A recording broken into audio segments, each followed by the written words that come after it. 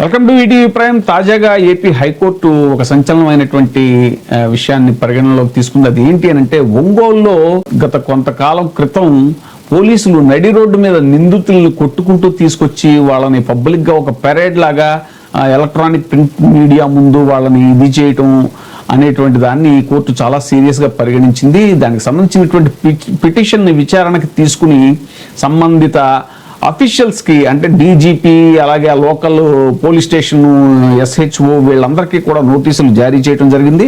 ఇటీవల కాలంలో ఒంగోలు పరిసరాల్లో పోలీసులు అత్యధికంగా శక్తి వినియోగం, అభియోగితులను కొట్టడం, రోడ్లపై ఊరేగించడం, అంటే పరేడ్ చేయడం వంటి ఆరోపణలు వస్తున్నాయి. ఇలాంటి సంఘటనలు కేవలం ఒక ప్రాంతానికి మాత్రమే పరిమితం కావు. రాష్ట్రంలోనే ఇటీవల కాలంలో ఇలాంటి సంఘటనలు పెరుగుతున్నాయని కూడా గమనించాలి మనం.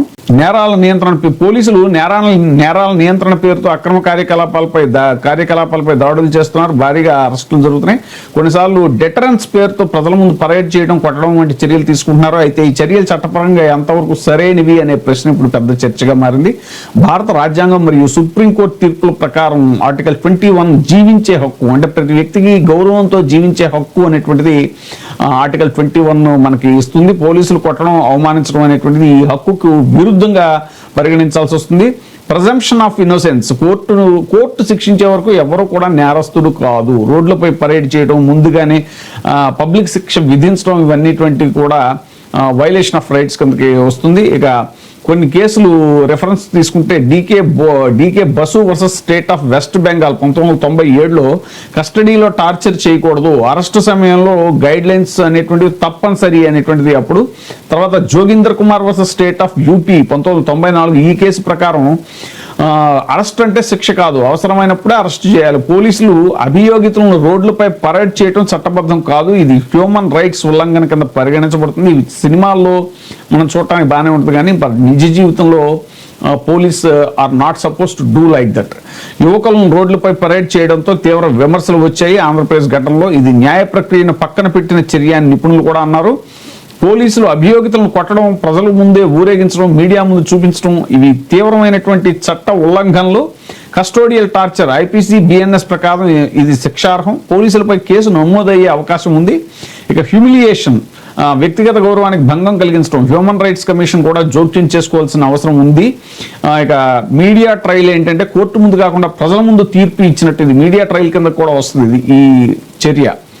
పోలీసుల వాదన ఏంటంటే, నేరాలకు భయపడేలా ప్రజలకు ఒక సందేశం ఇవ్వటం, నేరం చేయాలంటే భయపడిపోయేలాగా పోలీసులు సమర్థించుకుంటున్నారు. కానీ ఇక విమర్శలు అయితే రూల్ ఆఫ్ లాకి ఇది విరుద్ధం, కోర్టు స్థానాన్ని పోలీసులు తీసుకున్నట్టే, నిర్దోషులు కూడా బాధపడే అవకాశం.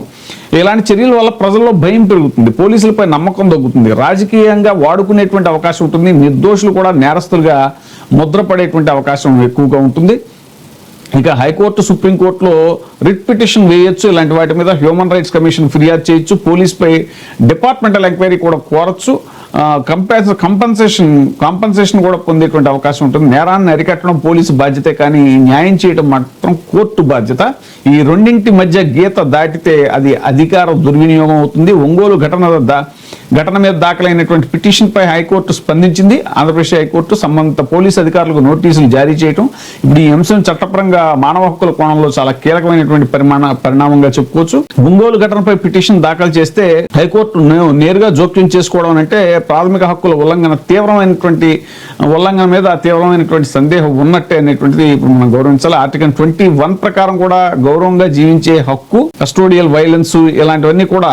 సో ఈ విషయాన్ని చాలా తీవ్రంగా కోర్టు పరిగణించింది. అందుకే సంబంధిత అధికారులకి, వాళ్ళకి కూడా, డీజీపీకి, వీళ్ళందరికీ కూడా నోటీసులు ఇవ్వడం జరిగింది. అలాగే హోంశాఖ ముఖ్య కార్యదర్శి ఆయనకు కూడా నోటీసులు ఇవ్వడం జరిగింది.